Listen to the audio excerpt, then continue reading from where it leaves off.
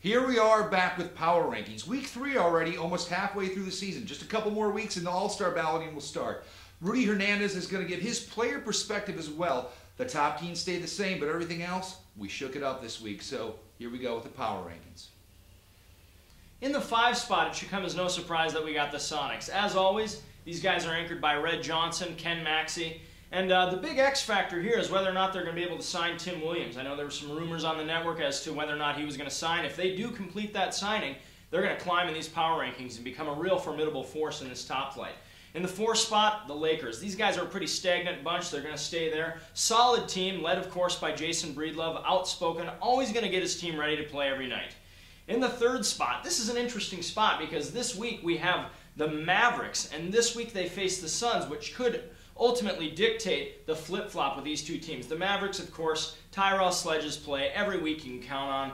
If they can handle the Suns this week, they're going to climb. Suns in the 2 spot right now, kind of hanging on by a thread. Of course, that could all change if Tenbrook and Witt come out and play their usual game and beat the Mavericks. If they can come out and say to the league, hey, we belong where we're at, they're going to maintain in that 2 spot. And number 1, much deservingly, are the Raptors. These guys this past week played AIS and chucked up a bunch of threes, made quite a few of them. And for those times that the rare times that they miss, Shimmick and Wells are there to pick up the junk, as always.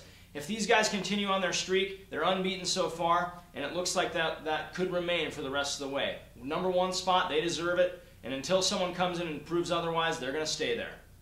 And on to the competitive division power rankings. In the 5th spot, the Generals stay tight at number 5. With a 1-2 record, you might ask yourself, how could they be in the top 5? Well, there's only 7 teams.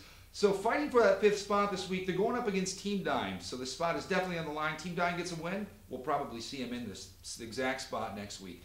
The 4th spot, the Warriors had a bye week, but team leader Dan Simmer had them out to the Swiss Alps for a little cardio conditioning and some hydrotherapy in some of the finest sparkling water. So we'll see if that can step things up and create a little cohesion this week for the Warriors as they take on the Celtics.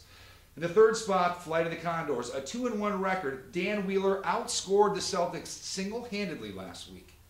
Can he do it again this week? We'll see. 45 points and 18 rebounds.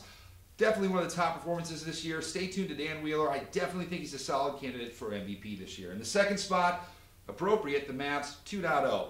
Big week. They're playing the Timber Kings. Not the Timber Pups, the Timber Kings. Ritter's got the hot hand for this team. He plays just as well in top flight as he does competitive, but definitely a cohesive man for this squad. Best big man in my mind in the competitive division on this team with Barani and also Montrell Yancey. The Timber Kings keep the number 1 spot. They have an 11-point margin of victory right now. They're 3-0, and you know what? March 10th is going to be the game of the year in my mind. They're playing the Flight of the Concords, and one of the best teams, I think, that has entered the league as a first team, Flight of the Concords, could really give a run, and we could see them in 1 spot by week 8. Stay tuned for future power rankings. Rudy Hernandez here. I'm honored to be a part of the show, bringing a player's perspective to the rec division, where 4 of the 5 teams remain the same. Let's get it kicked off with the Cavs, sporting a 2-1 record.